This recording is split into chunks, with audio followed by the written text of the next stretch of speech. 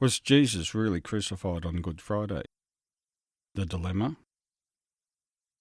Jesus told us, "For as Jonah was 3 days and 3 nights in the belly of a huge fish, so the Son of Man will be 3 days and 3 nights in the heart of the earth." Matthew 12:40. But there are only 2 nights and 1 day between Good Friday and Easter Sunday. My investigation went into the Bible to understand what it really says about the days of Easter. Firstly, we need to know that biblical or Jewish days commence and end at sunset, and not at midnight as we do today.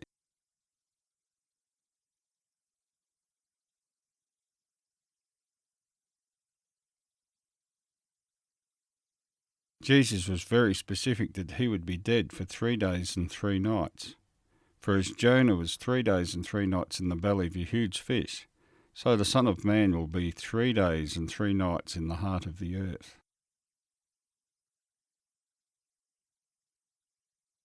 What about Jonah? So they picked up Jonah and threw him into the sea, and the sea ceased its raging. Then the men feared the Lord exceedingly and offered a sacrifice to the Lord and took vows. Now the Lord had prepared a great fish to swallow Jonah, and Jonah was in the belly of the fish 3 days and 3 nights. It was a pretty clear statement made by Jesus that it would be 3 days and 3 nights. As Jesus rose early on Sunday morning, this would assume the following was true. On the first day of the week, very early in the morning, the women took the spices they had prepared and went to the tomb.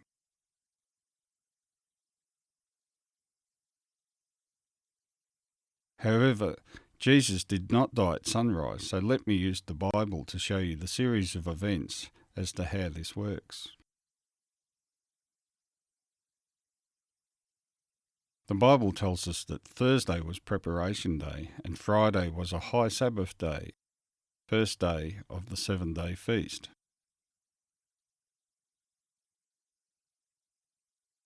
Therefore, because it was preparation day and that the body should not remain on the cross on the Sabbath, for that Sabbath was a high day.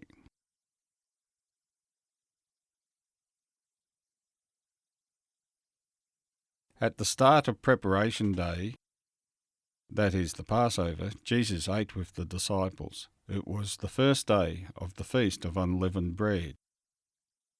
Now, on the first day of the Feast of Unleavened Bread, the disciples came to Jesus, saying to him, "Where do you want us to prepare for you to eat the Passover?" When morning came, all the priests and elders of the people plotted against Jesus to put him to death. And when they had bound him, they led him away and delivered him to Pontius Pilate the governor. Now it was the 3rd hour, and they crucified him. Now it was about the 6th hour, and there was darkness over all the earth until the 9th hour, when the sun was darkened, and the veil of the temple tore in two. And when Jesus had cried out with a loud voice, he said, "Father, into your hands I commit my spirit." Having said this, he breathed his last.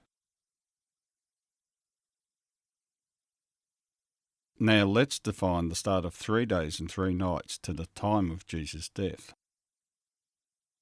Because of the supernatural event of darkness over all the earth, a new night period was created, so there are precisely 3 days and 3 nights.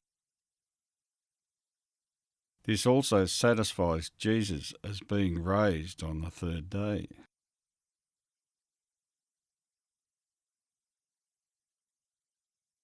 And will hand him over to the Gentiles to be mocked and flogged and crucified.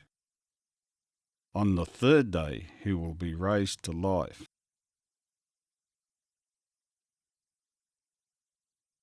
Jesus was truly dead for 3 days and 3 nights and rose on the 3rd day, as it is written in the Bible. Read the Wednesday Crucifixion theory.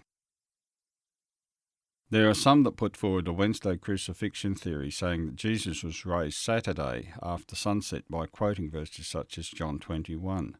Early on the first day of the week, while it was still dark, Mary Magdalene went to the tomb and saw that the stone had been removed from the entrance. They claim early on the first day of the week to be Saturday night and not Sunday morning, as they end up with too many nights. However, early is translated from the Greek word proi, which means in the morning, early, or the fourth watch of the night from 3 o'clock in the morning until 6 approximately. This would also mean that the words 3 days and 3 nights would have to be reversed to 3 nights and 3 days. There is no doubt that Jesus was really crucified on Thursday.